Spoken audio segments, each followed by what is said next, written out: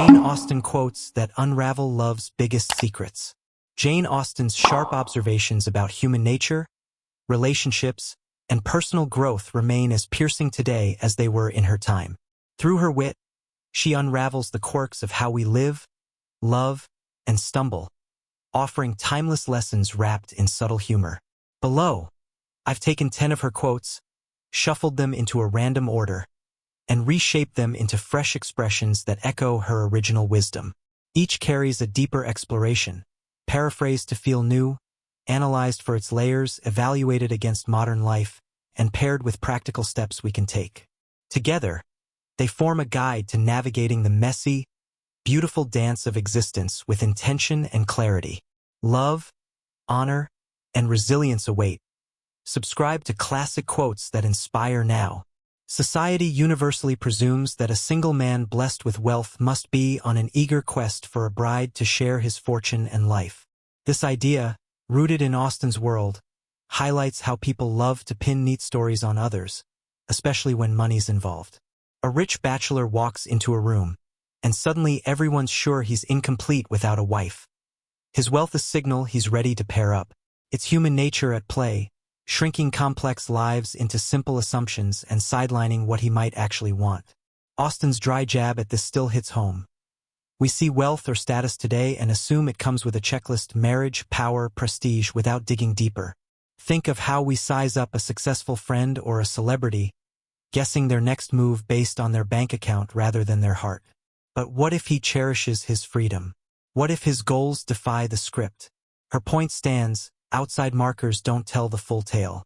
So, next time you meet someone who seems to have it all, skip the stereotypes and ask what they're chasing. It's a small shift that trades judgment for real connection. A soul radiating warmth and gentleness holds an unmatched allure, surpassing all other virtues in its quiet, enduring power. Austen lifts up tenderness here, calling it more magnetic than beauty or brains. It's not about surface-level niceness. It's a raw, real kindness that cuts through noise and pretense, pulling people in like a steady flame. In her era of stiff etiquette and social climbing, this was a standout trait, rare and powerful. Fast forward to now, and it's still a gem in our world of loud egos and polished facades. Psychologists agree. Empathy trumps charisma for trust every time, yet we often brush tenderness off as soft. Austen flips that. It's a strength that lingers when flash fades. Imagine using it in a heated argument or a strained friendship. Its quiet force can shift the air. Try it yourself. Listen fully when someone's upset, slip in a gentle word amid chaos, or lend a hand without fanfare. It's not loud, but it builds bonds that last. The deepest wounds of a shattered romance find their truest healing in the steady, unspoken solace of loyal friendships. When love falls apart, Austen says, friends are the soft cure for that sharp ache.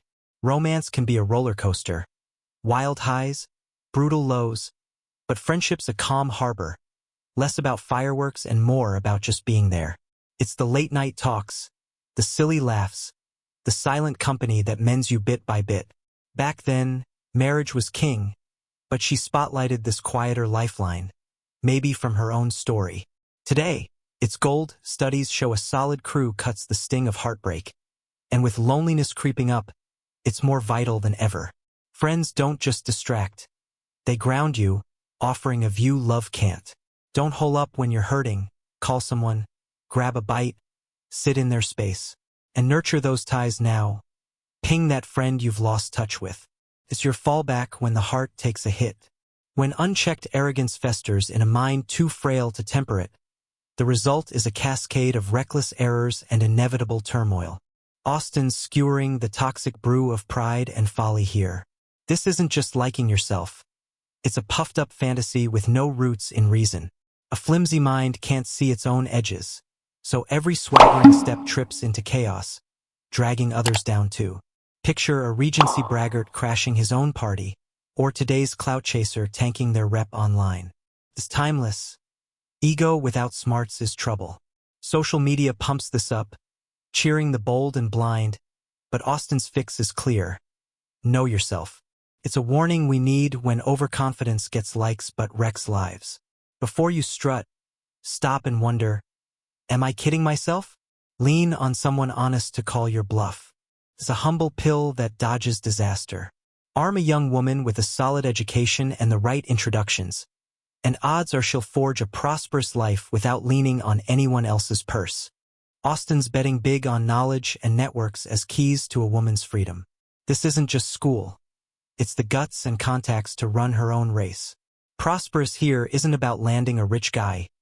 It's standing tall solo, a bold cry when her world boxed women into wifehood. Back then, it was radical. Now it's fact. Education boosts earnings and independence, especially for women. Her odds are vibe is hopeful yet real. Give her the gear, and she'll craft her own road.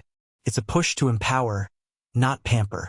So pitch in, guide a kid, share a skill, keep learning. It's planting seeds for a life that holds its own. Pride stems from our private sense of worth, while vanity hungers for the world's admiration. Though often blurred, they're distinct forces in the human spirit. Austen splits these twins apart.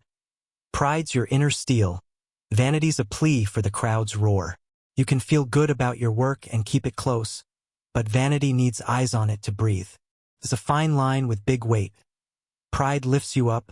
Vanity leaves you chasing ghosts when the cheers die. Her characters show it. One's rock solid, the other's brittle. Today, it's self-worth versus selfie stats, same trap, new toys. She's cautioning us. Live for others' gaze, and you're lost when it shifts. After a win, soak it in alone first. Ask, do I need claps or am I whole? It's a quiet freedom worth grabbing.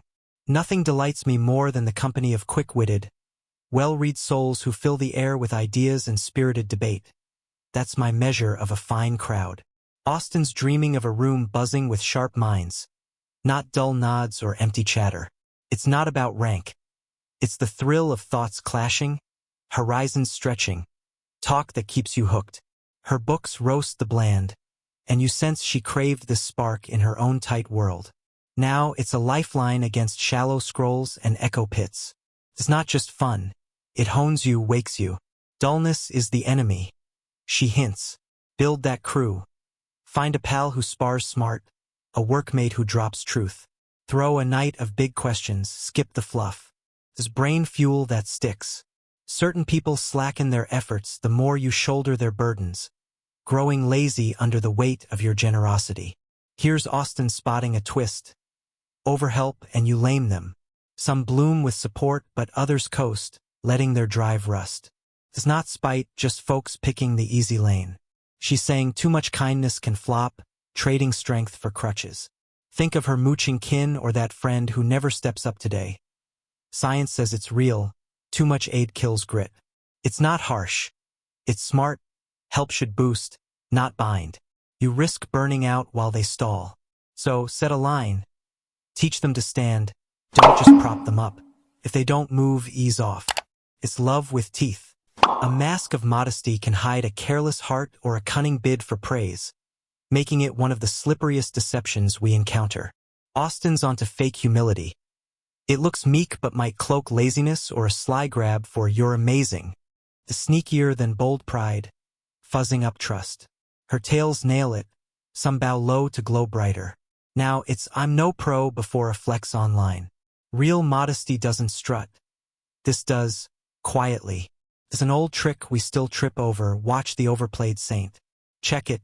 Trust what they do, not say. If it feels off, ask straight, what do they think? Truth sneaks out. A marriage that blooms with joy owes its sweetness as much to fortunate chance as to any deliberate design or effort. Austen tosses marriage into luck's lap. Love, fit, timing all spin in a pot you can't fully stir. You plan, you push, but joy rides on wild cards. Right person, right beat, right turns. It's raw, yanking romance off its pedestal. She saw it. Her stories tangle with odd pairs and fate's whims. Data nods.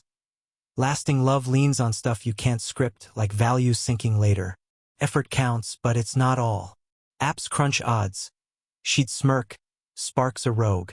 Shape what you can, truth, care, but don't force it. If it jams, luck might flip the deck next time. Austen's words weave a vivid map of human mess and might. She slices through pride, kindness, Need with a keen eye, her lessons ringing from old parlors to our screens. Her genius, mixing doubt with light, we're flawed, yet we can rise. Live her way, chase realness, lift smart, roll with life's dice. It's a path through ties and self with clear eyes and a steady beat.